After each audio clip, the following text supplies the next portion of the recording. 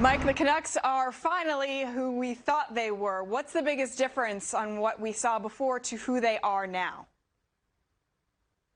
I think Thatcher Demko is a huge reason. Adam Gaudette just talked about it, right? And you mentioned it as well before the highlights, Alexa. He's been so good for this team. And the 3-game winning streak is impressive when you consider the fact that Vancouver has beat the Toronto Maple Leafs twice, and now the Montreal Canadiens, two of the top scoring teams in the league. And you just look at the month of March that the Canucks are having as they try to march back into a potential playoff position. That goals against is way down.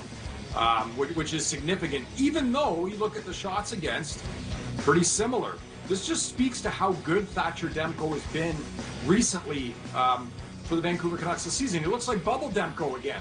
And, you know, his numbers overall this season are not phenomenal because there was a bit of a rockier start, but the Canucks also give up a lot of decent chances. When you look at some more advanced statistics on Thatcher Demko, the quality of shots he faces, the saves he makes, he has been a top 10 goalie without question this year.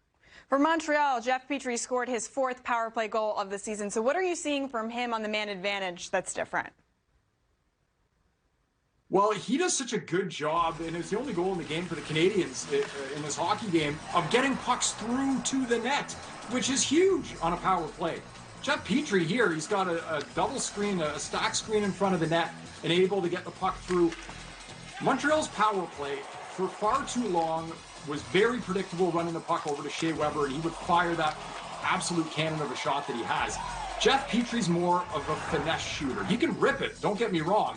But when you look this season at shots from the outside, perimeter shots, outside the slot on the power play, which defensemen get it on net the most? You got Brent Burns, no surprise. John Klingberg, we've seen this guy do it for years. Shea Theodore does a good job as well. And there's Jeff Petrie, able to get shots on net. And 7 goals that Montreal has in the power play this season have been either scored by Petrie or they've been shots that he's got through that have led to rebound goals and deflection goals around the net. So, you know, I see the good work you do on the MLB network, Alexa. I'll use a baseball analogy here. You got Shea Weber, who's more like the Randy Johnson fireballer, and you got a Greg Maddux type in Jeff Petrie who can finesse that puck and find really good spots for it.